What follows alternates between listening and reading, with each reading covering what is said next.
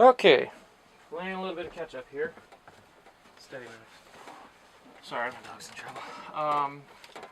Anyway, playing a little catch up here. I recorded a couple of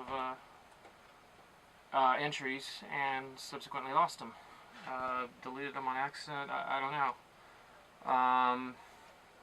One of them I was trying to upload to eBay and it broke halfway through, and of course couldn't continue. It has to start all over again. Or not eBay. The site this is on. I don't know how you people can put up with these frickin' corporations and the bullshit they treat, the way they treat us. I mean, Jesus, that's insane. Anyway, sorry. Let's see. Trying to remember what I recorded. Oh yeah, I recorded on Saturday after the first day of the sale. It was a booming failure. I lost money. But I did get my stuff transferred over to a place that's in a bigger town where there's an estate service that hopefully can get to my stuff. Met a lot of good people and a couple of not so good people. That was Sunday. The Saturday, when I recorded that segment, that went well. But you know, my hopes kind of got dashed the next day. Meeting someone who just head up her bottom kind of thing, just not thinking at all. And that's unfortunately most people in this country. No offense, but especially most of you Republicans, and well, most of you liberals as well. Just liberals are more affected by apathy than anything else. But anyway, that's neither here nor there.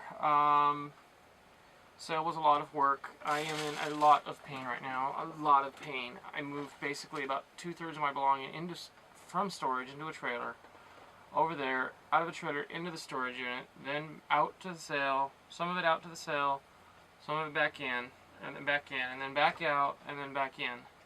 And there was no way I was going to put it back in a trailer and bring it back here. So I left it there. Besides, the storage unit is about the same price, and it's twice as big. So.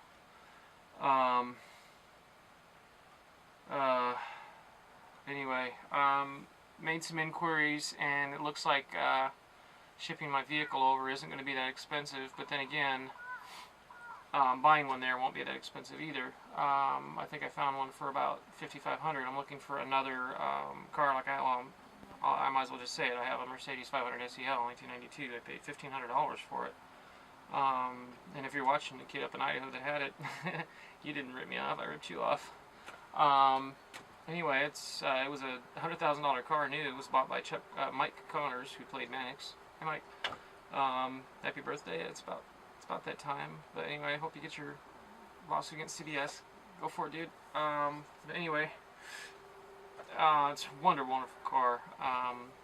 But anyway, I found it for a song, $1,500, and I'm thinking about putting it up on eBay. But eBay won't let me sell anything for that amount of money because I don't know. Pick a finger, Meg. Pick a finger. You know which one's yours.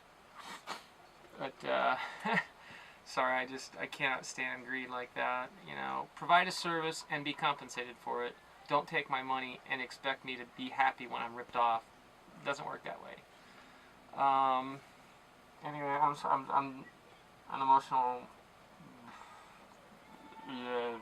roller coaster, whatever.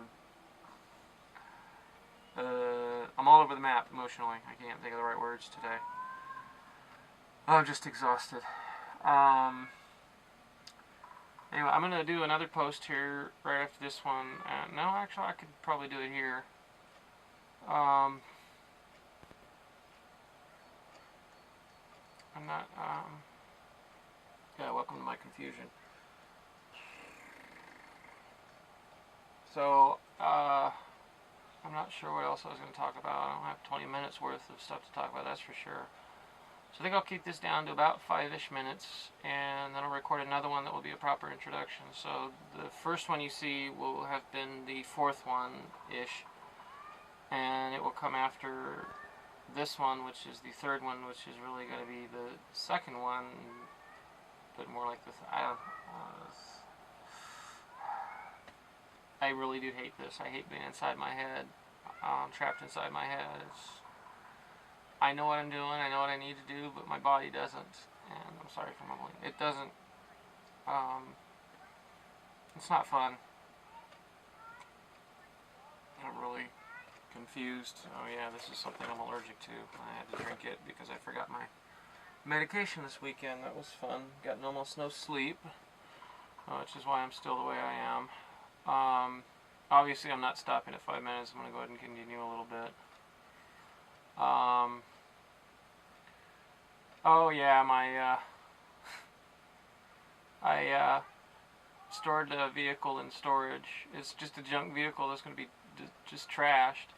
Yet despite this, apparently some kids decided to break into the storage unit by tearing apart a fence instead of, climbing on the brick thing and over and then down like I had to do a couple times because I forgot my code.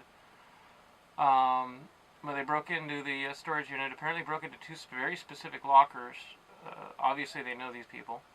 And then broke into my truck. Why my truck? There's a Jaguar next to it. There's just plenty of other things to steal, and there wasn't anything in my truck to steal.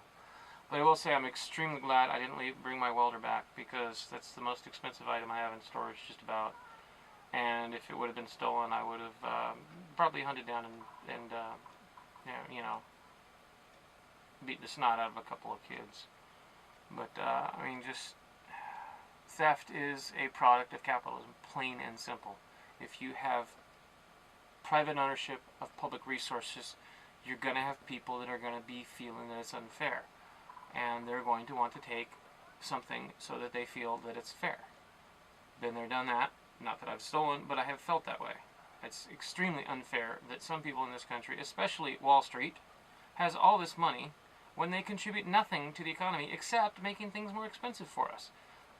I really, really, really wish people would understand that. Wall Street makes money by making stuff that we buy more expensive. Price of gas being near $5, that's speculators on Wall Street. Do I know why? Do I know this for sure? Absolutely. I researched it in January or in the beginning of 2008 when oil went from 47 to 147 in 6 months. I followed it, I watched it, I researched commodities. This is what you're supposed to do when you're curious about something. You research it. You don't just accept what some bimbo on the news tells you. No offense to all you bimbos on the news. Actually, no. Grievous offense meant to all you bimbos that read the news. Don't watch the news. Read the news. If you watch the news, it's dictated to you, and you can't do anything to think between the lines because it's all just delivered to you right one line. You can't think. No, nothing. You've got to read one line at a time so that when they tell you something, you can think about it. I wonder if that's true. No, let's put it down and do some research. I wonder where that came from, yeah. But anyway, I did all this research on speculation and found that, yes, indeed, it does affect the price of oil significantly. And what it is that people who do not have any plans of buying oil or selling oil buy the right to buy or sell oil. They're called futures. These people have no business in the market. They have literally no business in the market. All they're doing is buying and selling contracts. So that when the person that is in the market, the 1 out of 500 that is in the market to buy oil, wants to buy oil, he has to buy it at the price that these other people have been trading around. Because they take this contract and they sell it and they want to make money, so it gets more expensive and it keeps getting more expensive. And by the time it's reached everybody else, capitalism does this, we're paying $147 for a barrel for something that they're getting out of the ground for 10. I don't understand it. I don't understand why people don't just stop and think. And where does it all come from? Anyway, I did this research, and I wrote to Senator Marie Cantwell when I lived in Washington. March 23rd, 2008. I've got a copy of the letter. I asked her to write legislation or otherwise have a congressional investigation to investigate the role of speculation on the price of oil. She introduced that legislation July 15th. 6 months later, gas was back down to $1 something, $1.89 at one. No, it was below $1 at one point. Actually, I remember my stepdad telling me that. 6 months, and it just went right down. That next day, it started going down right after it was introduced. Was it me? No. A bunch of other people did, but it was the answer. It was the right answer. And it tells you that speculation is a significant factor in the price of oil. And if speculation is a significant factor in the price of oil, then why shouldn't speculation be a significant factor in the cost of the goods we purchase? All these shareholders, institutional mostly, are demanding more profit. These corporations are giving it to them. And we're letting them do it. And we're letting these people run around the country making about about a third of what our economy value is, and all they do is make everything else in the economy expensive. Why do we need them? We don't. And to all you investors, get it through your heads, you're not making money. You're destroying lives. But anyway, sorry, it's confusing, this stupid brain damage, not knowing what to do and say and all that. But anyway, update on progress is going well. I'm gonna still figure things out. Anyway, I think I'll cut it and do that introduction, the proper introduction now. Thanks. Make sure it was in focus.